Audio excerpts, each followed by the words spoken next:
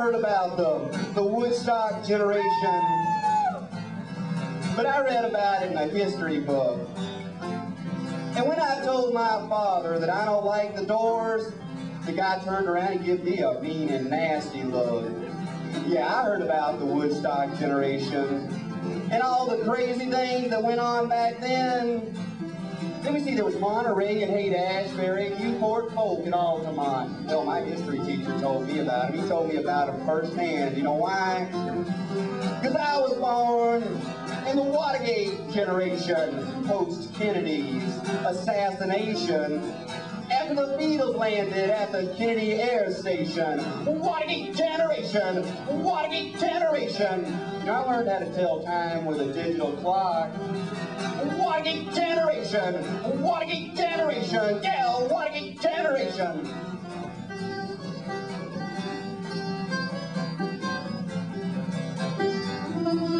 Yeah, and I heard about that guy named James Dean. Everybody said that he was this big star up on the movie screen. But why he was such a big star, I don't think anybody really knows. Of course, now I never saw one of his shows, but I can tell you who's a big star. And that's R2-D2. And another one of them is Scooby-Dooby-Doo. Now these guys, they're an important part of my life. Just like my brand new Ronco electric butter knife. Because I was born in the Watergate generation after Martin Luther King's fight for desegregation. You know, I just can't remember his assassination.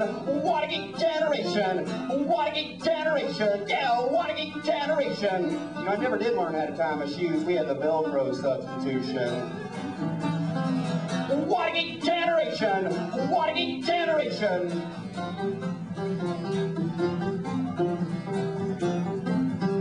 Yeah, and I heard about all those guys out in San Francisco and all the flowers they used to wear in their hair. They made love to who they pleased while they danced around in their underwear. Disco was in when I was a teen, and I can play asteroids like you've never seen. Because I was born in the Watergate generation. My parents were into cohabitation. They taught me to accept the Iranian-Contra connection. Watergate generation, Watergate generation, yeah, Watergate generation. I lost my virginity after the condom revolution. Watergate generation, Watergate generation.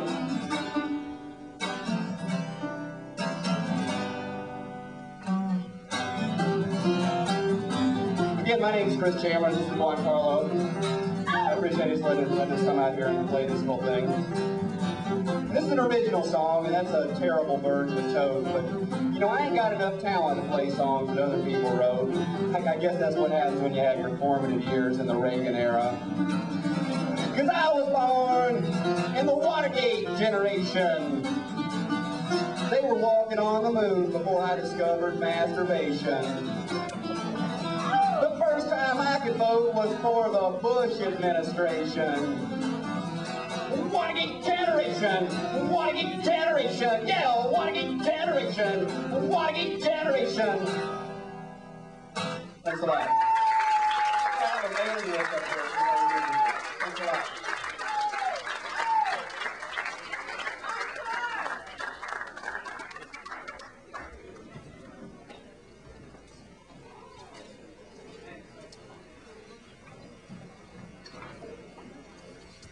That was Chris Chandler and John Carlo. Let's have them back up on stage for another number. Yeah. Encore. Encore. Encore. Encore. Make this feel great. Encore.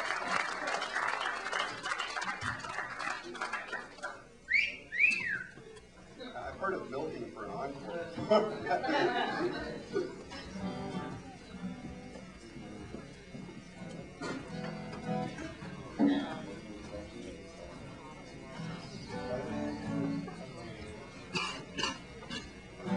I'll follow you, you know.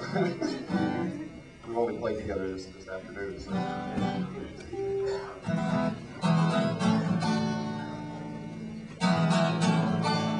Good attitude the way I like it.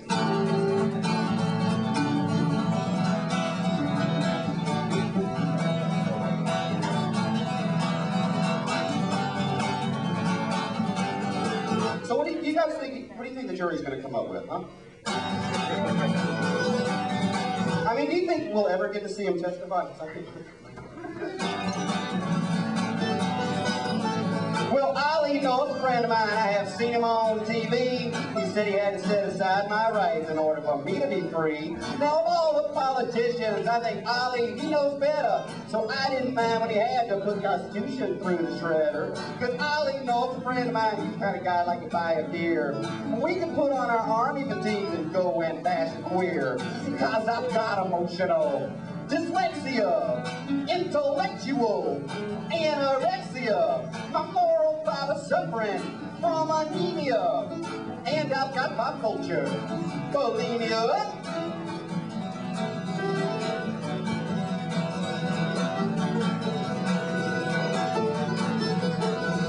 Well, I know what this country stands for. I know what it means to me. I've got the inalienable right to watch TV. Now, you liberals are always telling me how I should feel, but I won't buckle under because I know that wrestling is real. And it's with you liberals that I have a particular grievance, because I want to law this is before every meal I have to say grace and then the Pledge of Allegiance.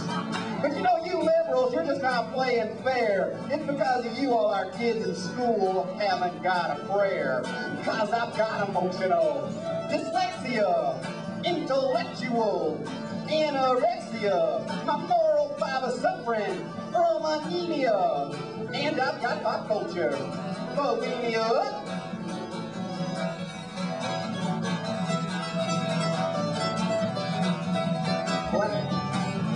Well, everybody's got an opinion, and it's pulling me to and fro. They say this is the information age, but hey, I don't want to know. Because you intellectuals always seem so bothered.